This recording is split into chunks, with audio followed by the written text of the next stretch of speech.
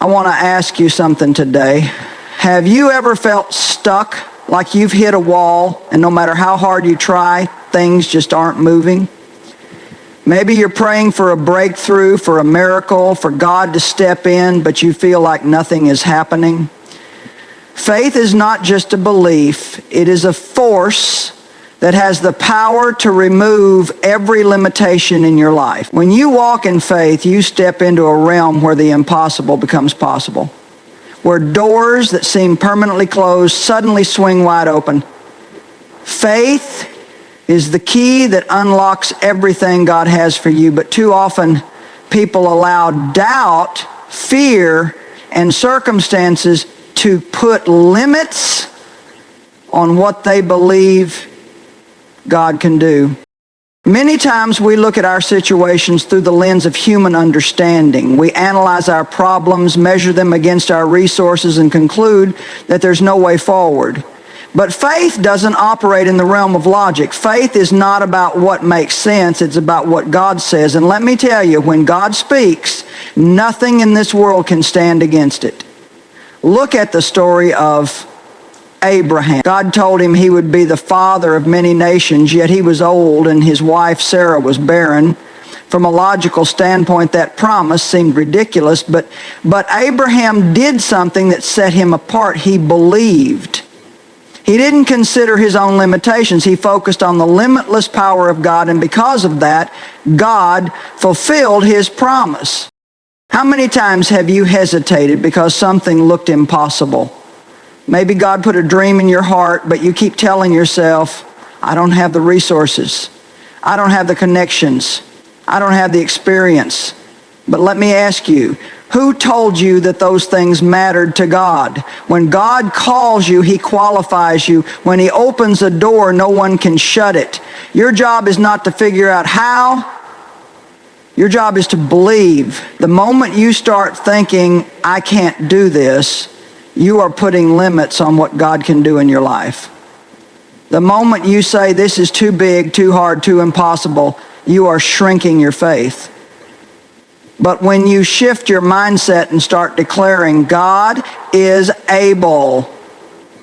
He is bigger than this problem. He is greater than my circumstances. That is when miracles happen.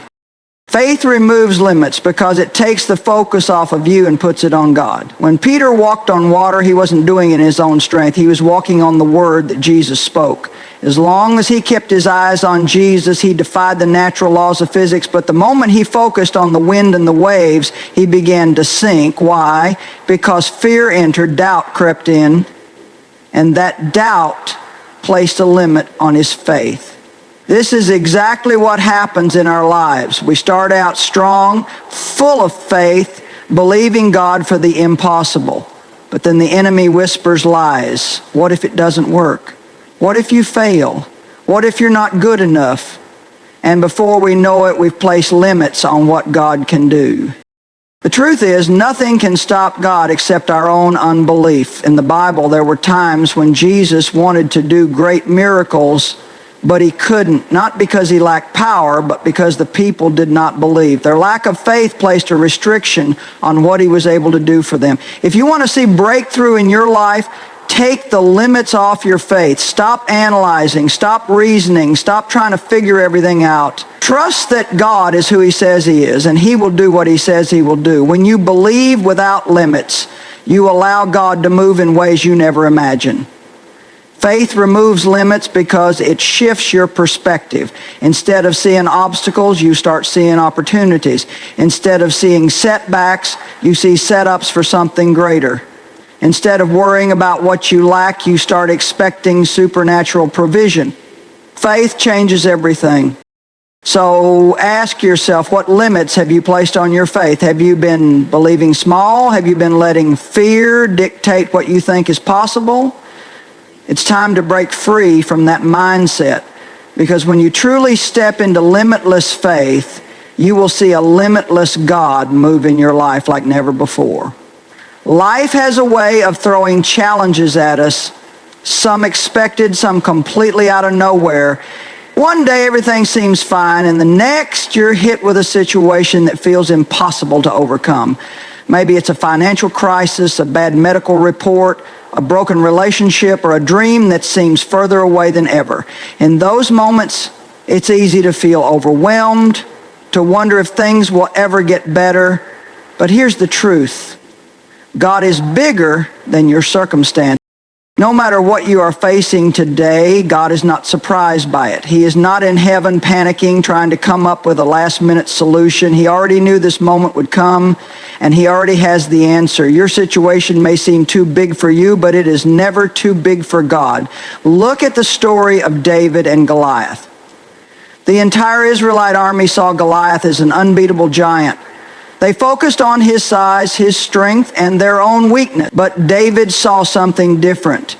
He didn't compare Goliath to himself. He compared Goliath to God.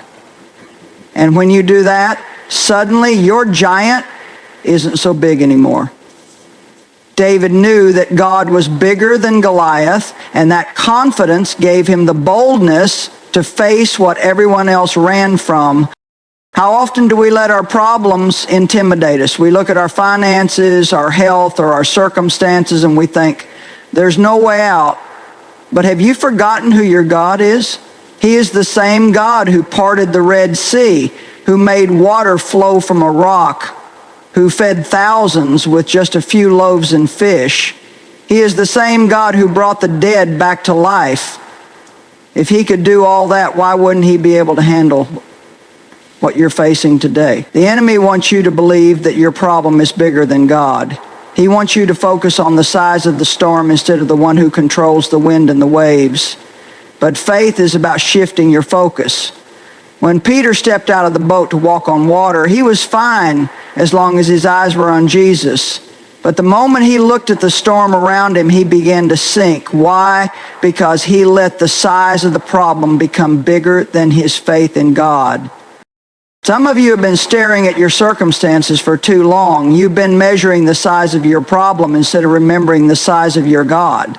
The moment you realize that God is greater than what's coming against you, fear starts to lose its grip. Anxiety starts to fade. Strength begins to rise up inside of you. Because when you truly know who God is, you stop worrying about what the situation looks like. Think about the Israelites standing in front of the Red Sea with Pharaoh's army behind them. From a human perspective, there was no way out. It looked like the end. But God didn't panic. He simply told Moses to lift his staff, and the waters parted. What seemed impossible became possible because God was bigger than the obstacle in front of them. Maybe today you feel like you're standing at your own Red Sea. You don't see a way forward and the pressure is closing in. But God is not asking you to figure it out. He's asking you to trust Him. He's asking you to believe that He is bigger than the problem, bigger than the opposition, bigger than whatever is trying to hold you back. God never promised that life would be easy, but He did promise that He would be with us in every battle, every storm, and every trial. He is the God who brings beauty from ashes, who turns mourning into dancing, who takes what the enemy meant for evil and uses it for good. So, don't let your circumstances dictate your faith. Don't let what you see in the natural make you forget what God can do in the supernatural. Because no matter how big the problem looks, your God is always bigger. Fear has a way of keeping people trapped in their comfort zones, trapped in old mindsets, and trapped in cycles of hesitation and doubt. But if you want to experience the fullness of what God has for you, you have to step out in boldness. Boldness is not the absence of fear. It is the decision to move forward despite fear. It is choosing to trust God even when you don't have all the answers. Many people pray for breakthrough, for opportunity, for change, but when the moment comes to act, they hesitate. They want a guarantee before they take a step. They want to see the full picture before they move forward. But faith doesn't work like that. God rarely shows you the whole plan up front.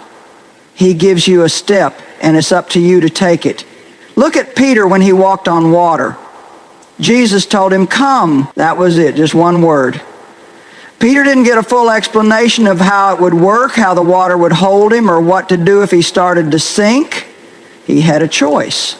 Stay in the boat where it was safe, or step out in boldness. And for that moment, Peter did something no other disciple did. He walked on water. Why? Because he was willing to take a step before he had all the details.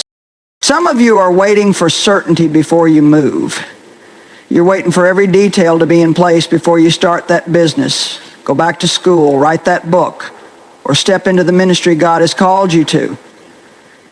But that's not how God operates. If you want to see the supernatural, you have to move in faith. You have to be willing to step out before you see the full provision. When Joshua led the Israelites to the Jordan River, the waters didn't part until the priests put their feet in the water. They had to step in first, then the miracle happened. Many people stand on the edge of their calling, waiting for the waters to part before they move. But God is saying, step in first, trust me first, move forward first. And when you do, you will see his power in ways you never imagined. Boldness is not about being fearless.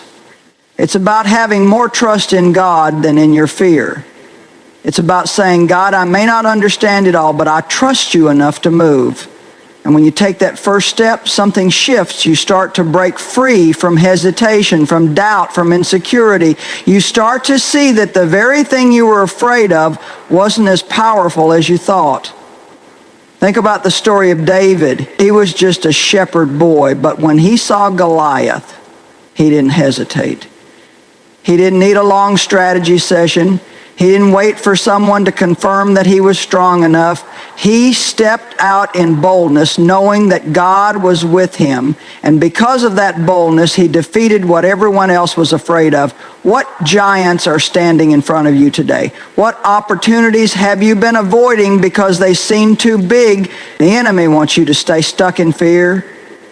He wants you to second guess yourself, to delay, to wait until it feels right. But bold faith doesn't wait for the perfect moment. It creates the moment. When God calls you to something, he doesn't expect you to have it all figured out. He doesn't expect you to feel ready. He simply expects you to trust him enough to move. The people who see the greatest breakthroughs are not the ones who wait for perfect conditions. They're the ones who step out when everything in the natural tells them to stay back. Some of the greatest blessings in life are waiting on the other side of a bold step. Some of the greatest testimonies begin with a moment of courage. If you want to experience more of God, if you want to see the miraculous, if you want to break past every limitation, then it's time to step out in boldness. The words you speak have power. They shape your reality, influence your mindset, and determine the direction of your life. Too often, people speak defeat without even realizing it. They say things like, nothing ever works out for me. I'll never get ahead. This situation will never change. And then they wonder why things stay the same. But the truth is, your words have creative power. What you say today can shape what you experience tomorrow. The Bible says in Proverbs 18:21, death and life are in the power of the tongue, and those who love it will eat its fruit.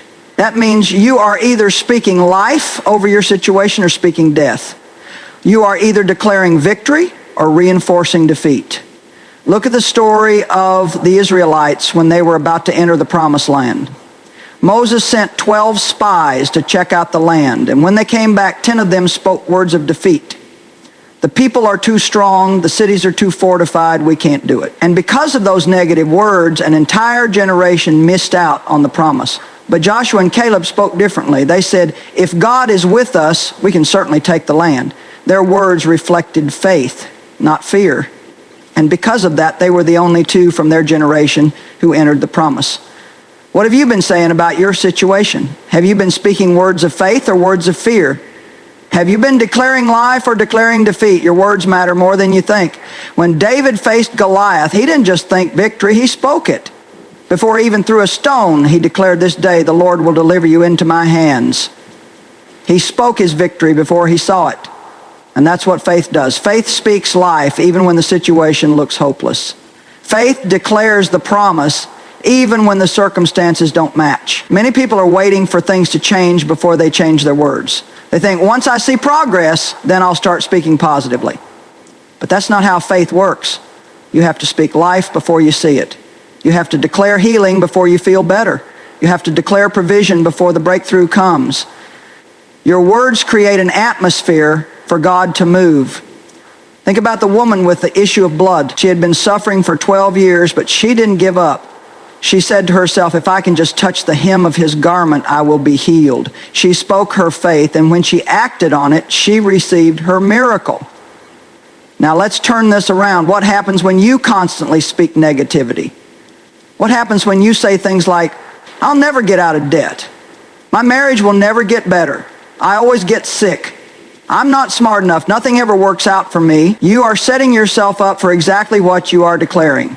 The enemy doesn't even have to work hard to defeat you when you do it with your own words. That's why you have to be intentional about what you say. Even when things look bad, speak life. Instead of saying, I'm broke, say, God is my provider and he will supply all my needs. Instead of saying, this situation is hopeless, say, God is working all things together for my good. Instead of saying, I can't do this, say, I can do all things through Christ who strengthens me. Your words are like seeds. Every time you speak life, you are planting seeds of faith, and in due time you will see the harvest. But if you keep planting negativity, don't be surprised when that's what grows in your life. So start speaking victory, start declaring God's promises, even when you don't feel like it, even when it doesn't make sense, even when everything around you says otherwise. Speak life. Because what you speak today will shape your tomorrow. Waiting is one of the hardest things to do, especially when you feel like you've been believing for something for a long time. You pray, you stand in faith, you do everything you know to do, but nothing seems to change. In those moments, it's easy to get discouraged, to wonder if God has forgotten about you. But the truth is, God's timing is always perfect. God is never late, never early. He is always right on time. The problem is, his timing doesn't always match ours. We want things now, but God sees the bigger picture. He knows what we need, when we need it, and how to bring it to pass in the best way possible. Look at the story of Abraham and Sarah. God promised Abraham that he would be the father of many nations. Yet years passed and nothing happened. Sarah grew impatient and took matters into her own hands, which led to a whole lot of unnecessary struggle. But God still fulfilled his promise. At the right time, Isaac was born not according to Sarah's plan, but according to God's divine timing. How many times have we tried to rush God? We pray, and when we don't see immediate results, we start looking for shortcuts. We try to manipulate situations, force things to happen, or settle for something less than what God intended. But when we move ahead of God, we create unnecessary problems for ourselves. God's best can't be rushed. If he hasn't opened the door yet, it's because it's not the right time. Think about Joseph. He had a dream that one day he would be in a position of great leadership, but before that dream became a reality, he went through years of hardship, betrayed by his brothers, sold into slavery, falsely accused, and thrown into prison. From the outside, it probably looked like God's promise would never happen, but through it all, God was working behind the scenes. Every challenge Joseph faced was preparing him for the moment when he would step into his destiny. And when the time was right, in an instant, God took him from the prison to the palace. Maybe you feel like Joseph right now. You've been faithful, but things don't seem to be changing. You're wondering why God is taking so long. But what if the waiting season is actually a preparation season? What if God is strengthening your character, building your faith, and setting things up in ways you can't see? Waiting on God is never wasted time. While you wait, he is working. While you wait, he is aligning things in your favor. Sometimes God delays things because he is protecting you from something you can't see. Sometimes he's waiting for you to grow into the person who can handle the blessing he wants to give you. And sometimes he's setting up circumstances so that when he moves, everything falls into place perfectly. The enemy wants you to believe that because it's taking so long, God isn't listening. He wants you to doubt, to give up, to settle. But that's when you have to remind yourself, God's timing is always perfect. Just because you don't see anything happening doesn't mean God isn't moving. When the time is right, doors will open that no one can shut. When the time is right, the opportunity you've been waiting for will come. When the time is right, you'll step into the promise God has for you, and you'll see that the wait was worth it. So don't let frustration cause you to give up. Don't let impatience push you to settle. Keep trusting, keep believing, keep waiting with expectation, because when God moves, it will be far better than anything you could have planned on your own. Faith isn't just about believing, it's about moving, it's about taking steps forward even when you can't see the whole picture. Faith is not passive, it's active. When you combine faith with action, that's when miracles happen. Many people pray for a breakthrough, but they aren't willing to step out in faith. They want to see the miracle first before they move, but that's not how faith works. Faith requires you to take action before you see the result. You have to trust God enough to move forward even when you don't have all the answers. Look at the story of the woman with the issue of blood. She had been suffering for 12 years, but she didn't just sit at home hoping things would change. She heard about Jesus and she took action. She pushed through the crowd, reached out and touched the hem of his garment. In that moment she was healed. Jesus told her, "Daughter, your faith has made you well." Notice, he didn't just say your belief has made you well. It was her faith in action that brought the miracle. Think about Peter when he walked on water. Jesus told him, "Come." Peter could have sat in the boat and said, "I believe I can walk on water." But if he never stepped out, he wouldn't have experienced the miracle. The moment he put his faith into action, the supernatural happened. Faith is always partnered with obedience. In the Bible, when Jesus performed miracles, there was often an instruction attached. He told the blind man to go wash in the pool. He told the man with the withered hand to stretch it out. He told the 10 lepers to go show themselves to the priest. As they obeyed, the miracles happened. If they had refused to take action, they would have missed their healing. Some people are waiting for God to do something, but God is waiting for them to move. They're waiting for everything to be perfect before they take a step. They want to see all the details before they obey. But faith doesn't work that way. Faith requires trust. Trust that when you move, God will meet you there. Think about when the Israelites were standing at the Jordan River. God told them he would make a way, but the waters didn't part immediately. They had to step in first. As soon as their feet touched the water, the river stopped flowing. The miracle didn't come before the step. It came because of the step. How many miracles are waiting on the other side of your obedience? How many breakthroughs are on hold because you haven't taken action? Faith isn't just about believing that God can do it. It's about moving as if he already has. Some people say, "I'm waiting on God," but sometimes God is waiting on you. He's waiting for you to take that first step. He's waiting for you to trust him enough to move forward. Look at the story of the 4 friends who carried the paralyzed man to Jesus. The house was so full that they couldn't get in, but they didn't let that stop them. They climbed onto the roof, broke through, and lowered their friend down. And because of their faith in action, the man was healed. What would have happened if they had given up at the door? What if they had said, "It's too crowded, maybe another day"? They would have missed the miracle. But because they refused to quit, because they took bold action, they saw the impossible become possible. If you want to see miracles in your life, you have to activate your faith. You have to step out even when you don't have all the answers. You have to obey even when it doesn't make sense. Because when you move in faith, God moves in power.